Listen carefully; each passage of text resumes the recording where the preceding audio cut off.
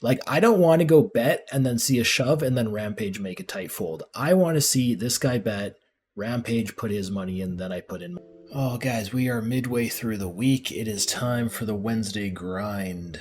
So I'm just starting my session here. Got some 200 going. Got a king and a 3. Gonna defend my blind versus the min raise here. Flop pretty poorly, I'm not gonna lie. That's not really what I'm looking for. Fold to 2/3, just gonna be the play. Just get flatted. This is a reasonably good board for him, but it's also a reasonably good board for, like, specifically my 5s here. So I'm gonna start this off with a check. We'll see where it takes. I don't really think this is a hand that wants to check raise all that much. But yeah, let's see what he does first. Let's not jump to conclusions. And okay, so we get the low one here. I'm pretty sure on like the 4 lows here, like even if he checks back flop, we just kind of have to play like pretty snug, and I'm just gonna go for the double check with the pocket 5s. I do have a straight, which is lovely. And he goes for the medium bet, just seems like super easy call. And then against a lot of river bets, I think it'll be a pretty easy call. If he starts getting into like massive overbets, then, I mean, I don't know. And actually over here, I called the 3-bet with king 7, flopped trips, and now I'm actually just checking back flop. Ace on the turn is very nice. He's going to connect that with a lot of second best hands. Meanwhile, we're seeing if light 3-bet decides to toss something in on the river. He does, and it's just a call. Oh, he's going for value there. All right, back here. So Frid goes for like the pot size bet, which is, I mean, perfect, honestly. It's probably something he's like never taken with aces, might take with pocket queens. But yeah, it just seems like an easy spot to go ahead and click call. This sets up for river jams super easily. 63 in the middle, 68 behind. And I'll just put everything all in one way or another. If he makes a non-all-in bet, I'll do it myself. If he just goes all in, we snap call and pick off the 10-8 bluff. Hell yeah. Yo, Philip Hardy, join in on the YouTube stream. Thank you so much, man. Okay, when somebody subs on Twitch, I always say welcome to the bank. Should I say the same thing on YouTube? Let's go ahead and call it. I mean, sure, why not? Philip Hardy, welcome to the bank, man. Little top pair here. So, I mean, assume this guy's a recreational player. He just goes for a small bet. I'm not going to be raising my jack 5, so just seems like an easy peel. The king on turn is gross. But we only face half pot here. This is a spot where, like, it is a really nice spot for him to just overbet an absolute ton. So when we only face half pot, I think we just like take another peel with the jack 5, and like I'm not thrilled about it, but I'll take it. And then the 8 comes in on the river. Oh wait, new hand here. Okay, hold on. We're gonna be bouncing back and forth a little bit until my other table gets the boot. And I mean, I don't know, this is an annoying spot. There's a lot of flush draws, there's a lot of like missed like queen 10s and like ace 10s and, you know, just stuff like that. I think I'm just gonna click call here, and like I don't love it, but I don't hate it either. Hold on, what do you have? Ace 6, boom, got him. Hey, cool, gets through. Alright, so up against Keber here, I 3-bet pre-flop, and we have the opportunity to toss in a c-bet. That's exactly what I'm going to do. I am Daniel, how you doing? And I think this ace-queen's just kind of going a bit.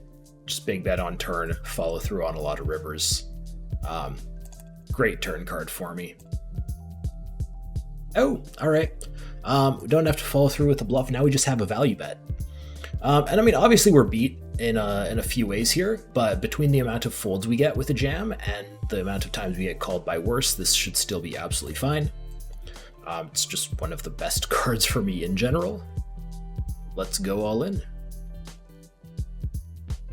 Got a spot here against Cherry. He half pot flop, checked back turn, and this just seems like a spot where we're betting most of the time, and most of the time betting big. I think I'm going to go for the cheeky play here. which is small, to force like a higher frequency raise out of him, and then we can just jam over the raise, or have some sort of 3-bet over the raise. I imagine it would just be jam. And I mean, this seems like a nice size, you know, if I have something like a queen 10, something like an 8-7, something reasonable. And all right, got what I wanted, and the river jam with the second nuts is coming in. Got him. I mean, not really, but I won the pot, so I'm saying it. Can start out with a bet here. Like bet with like a combo like this is super duper good. And oh, guys, look at that. That is the absolute nuts. Plus the diamond redraw. Like, what size do we do here? Like, I don't actually think we go crazy with size. Like, I'm just gonna take a small overbet here. Like, this is, I don't know, this is a nice spot. Hoping for some action. Don't even get the action against small overbet, which means certainly not getting it against the large one. Or I'll call that one a mediocre high card hand. Yeah, that one's not terribly crummy. So Mega Man on the button just goes for the 4x raise. He limps things like ace, king, and aces. Okay, but look at this. He's 25-6-5, which means he's not actually raising all that many hands, which means I'm just always going to be flatting here with 8s. Flopping amazing, though. I think 3-betting these 8s would just be a mistake. So he goes for the check back. Can he have a flush? I mean, probably not, but maybe. I hope that clarifies things. So let's just go for this. A couple of higher sets are a bit of a concern, and that is unfortunately a concern. I don't think I'm value betting this. Just check it and like hope he goes check check. Like if he bets into me, like what's he actually bluffing? I guess like king jack without a heart, that type of thing. I mean, maybe he has a few combos of those. And we can go ahead and see, he just had ace, queen, top pair, top kicker, which is unfortunate because if he bets that on the flop, he's getting check raised, then we're getting all in on the turn and we win his stack. Yeah, okay. And then back here, we kind of get into just like the dumb, annoying spot where the card that connects most with his check back range is actually hitting on the river, and I might actually have to fold this. So he just goes for like a pot size bet. That's a bit tough. I think I'm willing to just click call here. He's just kind of like a little bit too random, but I mean, we're obviously going to run into aces at least a bit. Shrug, call, hate it. Yeah, he has the good ace. And we'll see how it works out. Okay, so a little bit of blind defense here with the king 10. Got a pair of 10s, a good kicker, a high diamond, lots of interesting stuff going on here. And Bilbo just goes for the small bet. I don't think we do much raising with a hand like this. So click and call. The 4, I mean, that's fine. He goes for a bit of an overbet. I don't think this is large enough to get me to fold something like my king 10 here. I mean, it's a very dicey spot. It's a very dicey spot. My outs aren't even necessarily clean. But I think it's just kind of one we got to click defend with for a second time. And, you know, if we get to the river, we see what happens. That's probably one of the better cards for me. And we'll see if he slows down. He does. And now, so like I have the ability to go for a check back and just, you know, defeat all of his missed bluffs. Or I have the ability to take this king of diamonds and just like turn it into a bluff. And I don't think that's the play.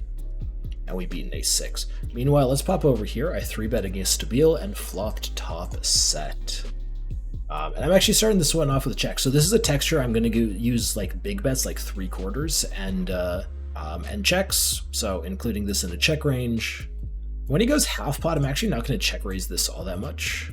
I'm just going to kind of let him keep the lead. The 9 comes in. Okay, so I mean, we no longer have the nuts, but guys, we are still pretty close. Probably do quite a bit of check raising all in on turn though. And it looks like we don't get that opportunity. Now the question is, do I just go for like the 1.5 times pot all in bluff here, or do we go for some sort of a check shenanigan? He did go for half pot on flop, which like I really don't think is something you do with just like a 5 or pocket 6s or something. You really want to go something like third or quarter with those types of hands. So I'm actually just going to go with the check here and just like let him follow through with some bluffs, or sometimes he just improves on the jack and he's just going to stack off with that. So let him go with that. And I mean, if he has just something he's not willing to bet, then it'll be actually interesting to see what he has. Yeah, okay, 9-7. He's defending I'm not even going to say that's a wide defense pre. I think it's perfectly fine, just at a low frequency. And okay, it looks like we got the 888s coming in the Twitch chat. Love to see that.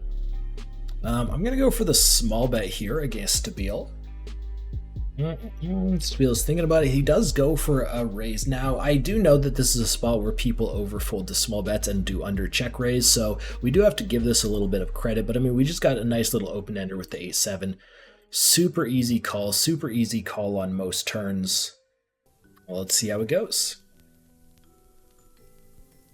He just decides to go for a medium. That's perfectly fine. I mean, he could still be doing this like with hands like, you know, pocket tens.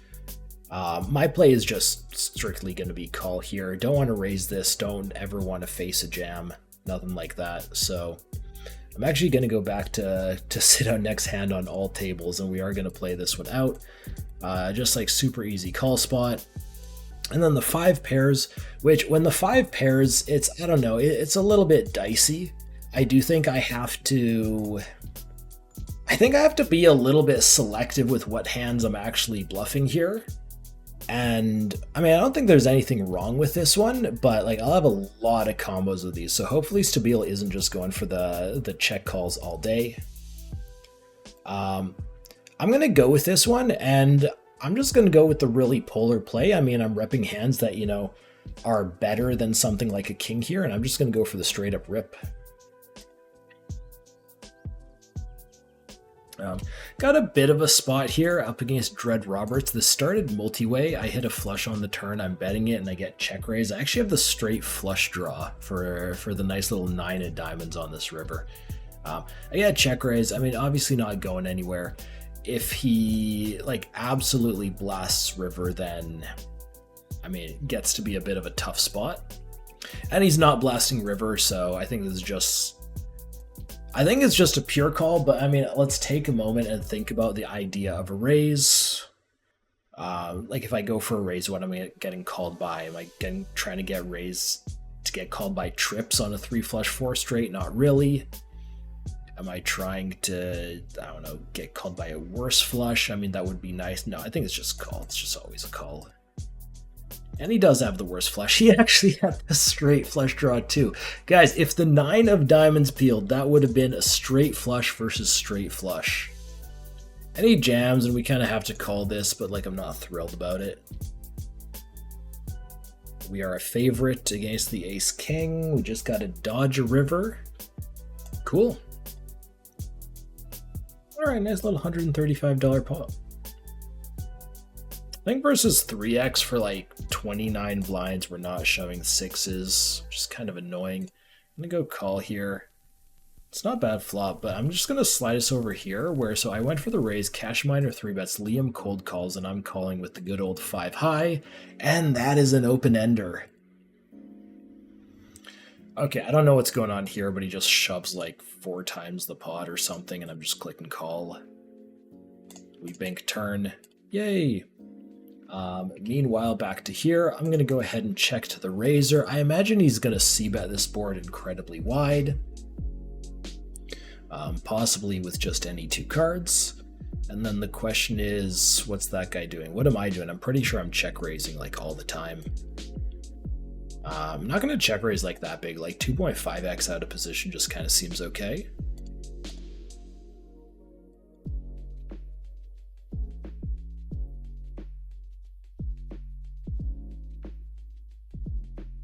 Seven on the turn is fine. Like half pot here, if I go half pot and then he shoves on me, actually half pot's probably a little bit big. Oh yeah, because this guy was in the pot. Okay, so like 3rd pot on turn. And then probably like a pretty high frequency follow through on the river. Like I'm gonna have very few bluffs here. My bluffs are gonna be basically stuff like this, as well as like some ace 5 type stuff, but I mean that's gonna 4-bet pre sometimes. And yeah, annoying spot. I mean, I guess we're not expecting a king to fold, but he's going to be range betting flop. He's going to be like calling my check raise, probably calling turn bet with like a whole variety of like under pairs to the king. I think we follow through and hopefully have some fold equity against those. I mean, it's also a spot where, you know, hopefully he doesn't think I'm being wild with bluffs because, I mean, it is a king deuce 3. And just get the snap. Yeah, the top pair. We're not expecting top pairs to fold. If he folds top pair, then he is doing something wrong. Okay, so this is going to be a fold. Unfortunate. I'm going to go ahead and pop down here. We're up against Eddie. There is 74 in the middle, and I have a flush. I also have a straight, but I mean that's not what we're after here. We got the flush, and so he check raised me on the flop and then bet small into me on the turn. I don't really see how he has a flush here. It's really hard to do. So I think I'm just gonna straight up shove. Weird spot. He's thinking about it. I mean, I am betting nearly double pot. Last second, no. Oh, oh. I mean, if he had something, that's a bit brutal for me. Yeah, I'm going to fold that 4 high flush draw to the turn bet. He overbet into me. It's a thing. So now we clearly want Rampage to shove. Green wave, not actually playing too many hands. So, I mean, this might be a bit of a tight range making the call. But, I mean, I don't care. I have aces. Rampage might have some, you know, really good hands on this. If Green Wave is calling that with 10s, I mean, you know, I guess he gets to win the pot, but like it's not a standard play. But actually, you know what I'm gonna do? I'm gonna go for a check here, which is a little bit cheeky, a little bit sneaky. If Green Wave does have a strong range, then he's gonna be doing that a hell of a lot, and I want to catch Rampage in the middle here. Like, I don't want to go bet and then see a shove and then Rampage make a tight fold. I want to see this guy bet, Rampage put his money in, then I put in my money. Okay, 10-9, that's not good. The flush getting there, that's also not good. Guys, that is a $285 pot. We lose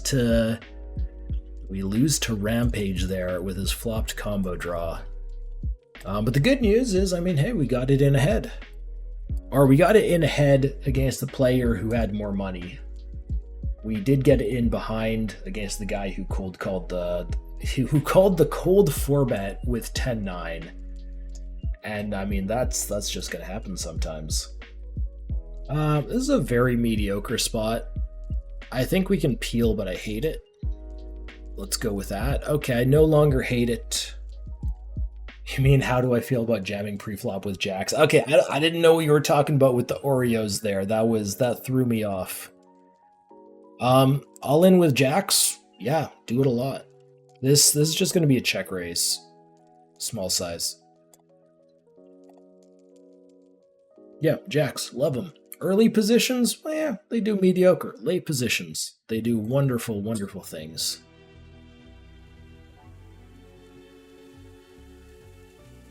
And he jams on me when I have the absolute nuts. He's got outs, though. And that's an out. All right, guys. I think we found the cursed table. We keep getting it in with nutty hands, and we keep losing on the river. That's poker, I guess. Figaro, you're enjoying the snap pool? I mean, I'd be enjoying it too if it wasn't for the rivers. Okay, let's start off with 3/4 here up against Mr. Wheelchair. Just flop the second nuts, just casually. It's no longer the second nuts. If I run the second nut straight into a full house here, oh, I will not be happy. How do I feel about this? I'm just gonna go for the second, like, medium-sized bet. I'm wondering if we ever ship this. Because, like, I assume Mr. Wheelchair is just gonna go check call with, like, every single one of his full houses. So he's not necessarily capped here. I don't know. I'm gonna go like this. I mean, with a hand like King 9, we're looking to get called by, like, pair, 2-pair, trip type hands. So, sure. Let's just do this. Obviously, if the board isn't paired, we're just shipping it every time. Water short, hello, hello. And then just look, getting check raised all in here is kind of gross. He says good game, he goes for the fold, that is a good fold. Up against Pawnee Paul. So Pawnee Paul we saw last time, he was the guy with the Jack 3 that ran into quad. So I assume he's just flatting way too wide in the small blind here. And if that's the case, I am just actually going to raise him with the Queen Jack for value. And it's a bit of a gross spot if he like shoves over this. And he didn't. So I'm just going to keep on going for value here. Charging some draws. All in is absolutely not what we want to happen here. Yeah, let's just go half pot. Now, I mean, I thought it was a gross spot if he shoves on me, like, on the flop. Here, I don't think it's a gross spot. We're just always putting it in. And he does connect on the turn, but I connect on the river. Hey, the river works for me one time. Thank you, river. I mean, a bit of a dick move giving him the 4 on the turn, but, you know, well, all right. I'll let it slide. Still not forgiving you for those aces and that ace 10. Up against Cash Miner over here, we're just going to straight up ship it. Get called, we got the good old flip. He is unfortunately ahead. I got a few outs though. Alright, this table is no longer considered the run good table. Are all the tables cursed? I mean, we lost a flip. That's I don't think I can complain too much about that one. Went for the double check with the ace deuce here, just expecting Dread Roberts to just be like way too splashy. Also, like YV over here, he probably checked range on flop and he'll have like a bunch of stuff to bet on turn. So I'm gonna go ahead and check raise this. And yeah, let's just make this like 20. We get snap called, the 10 peels. I'm pretty sure it's more in my favor to just go for checks here and allow him to miss or to bluff like a variety of missed draws, maybe even turn like some low pairs into bluffs, rather than just trying to go for like some sort of a value bet myself. Hopefully he doesn't have just like, you know, Jack 10 of diamonds binks this 10 and feels good enough about it. And okay, so like he bets reasonably big here, and I feel like this is a little bit tough. Because like after the big bet on turn, check raise, and then, you know, he's tossing in the big bet here, I don't actually think he's betting like a lot of one pair, like top pair hands. So I'm just going to go for call here, because if he has a 2 pair, got exactly what I wanted, by the way. If he has a 2 pair, then he's ahead of me a good chunk of the time. You know, he has things like ace 4, maybe a river to ace 10, something like that. And let's pop over here. We're up against Useless Clown. We're like 200 blinds deep and I'm in position and I flop. Oh, it's the bad 2 pair. Oh boy. We'll see how this goes. So he starts off with 1/3, which I think is a completely reasonable thing to do from these positions on this type of texture. I don't think I ever raise. I really do not want to narrow his range. So I'll start off with the call. Also gonna flash you some aces over here. Okay, so the ace pairs, which means my 2 pair is counterfeit. I'm playing 2 aces, 2 queens, and a 10, but I'm given the opportunity to just check back here, so I think I'm just gonna go ahead and do that. And then the king comes in. So like when the king comes in, if he goes for some sort of a river bet, like, I mean, I don't think calling is really much of an option, but going for like a bluff raise might be, and then he goes quite big. Like, what's he bluffing in this spot? He's bluffing, I guess, like 9s and lower in terms of pairs. And then he probably bluffs like the occasional 10x as well. I don't think it makes sense for him to bluff something like king queen. That's probably reserved for like a check raise. Yeah, all right, Useless Clown. I'll let you have this one for the near double pot bet. Meanwhile, down here, I check called flop. The flush comes in, which is, I mean, not the most undesirable card, but it's up there. I think like queens and kings are worse. Certainly queens and kings plus diamond are worse. He elects to go for a small bet, which is just like a super easy continue here via call with the ace jack. I don't think we go for a check raise. And I think like this is meant to put a lot of hands like my pocket 7s, no diamonds into a spot, my ace highs into a dumb spot. It's not really meant to apply a lot of pressure to my ace jack. And yeah, it just seems like a super crystal clear call. And the 7 on the river, yeah, cool. Reasonable run out. Not the best, but reasonable. On check, I want to say I'll win every time after like his sizing line there. But I mean, people have surprised me checking back some weird stuff before. And he goes for the over. I'm still pretty sure I'm supposed to just click call here. I think I block like the most frequent like mega slow play small bet, which is, you know, pocket jacks. Yeah, no, just like obviously we're bluff catching here, but I think we're just too high up. We got too good of a calling hand. Click and call. And now he bet 77 on the river. He was bluffing. Love to see that. It would have been funny if he had pocket sevens. 77 on the river with pocket sevens, but looked like that's not the case. And hey, we get to win a big pot. Navecki saved the roll. You got 30 buy-ins to mess around with. Right on. Slide it over. How did I do? I mean, off to a reasonably good start. Bit of a downswing in the middle, and guys, we ended at minus 173, which, I mean, I think the majority of, well, a good chunk of my volume was at 100 today. A minority portion of it was at 200, I think. We can call that like one buy-in and a bit down. Actually, wait, hold on. I can look at this. Just show me in big blinds. Okay, so actually just like 30 big blinds down. Results by stakes. Yeah, we did lose at 200. We did win at 100. Sure. All right, that works. Anyways, yeah, I mean, like slightly losing day, but like in terms of like days overall, this was like incredibly tame. We were never above $200 or below minus 400. That's actually kind of insane. I don't know. Anyways, guys, there's the result for the day. I had fun. I hope you did as well. Like I said before, you know, click those buttons, follow on Twitch, subscribe on YouTube, smash that like button. Check out the short that I released earlier today on YouTube as well. It's a lot of fun. Schedule-wise, guys, today is Wednesday, if my calculations are correct. Yes, they are. I do intend to be streaming both Thursday and Friday at around the same time, so I hope to see you guys then. Have a good one.